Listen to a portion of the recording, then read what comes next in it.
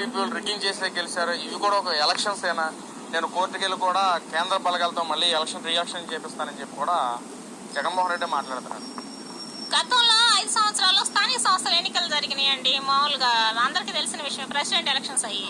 అప్పుడు ప్రజాస్వామ్యబద్ధంగా ఎలక్షన్ జరిగిందా, లేకపోతే కారుల్లో వెళ్తున్న వాళ్ళ మీద పెద్ద పెద్ద రాడ్లు కర్రలు తీసుకొని పొడిచి, లాయర్లు ఉన్న కారులో కనీసం నామినేషన్ వేయడానికి ఒక పెద్ద వ్యక్తి వెళ్తున్నా ఎమ్మడిపడి, ఎవరంటే దాంట్లో పోలీసులు.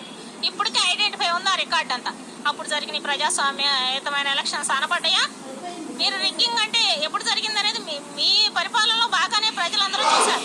5 కోట్ల ఆంధ్రుల్ని ఒక్క అవకాశం అని తండ్రి పేరు చెప్పి, తండ్రి చావును అడ్డం పెట్టుకుని, తండ్రి శవం అక్కడ ఉండగానే సంతకాల సేకరణ చేసి ముఖ్యమంత్రిగా వచ్చిన మీరు మాట్లాడితే చాలా చండాలంగా ఉంటది. కాబట్టి మీరు దయచేసి రిగ్గింగు, ప్రజాస్వామ్యం అని మాట్లాడు, ఆ పదాలకి పలకటానికి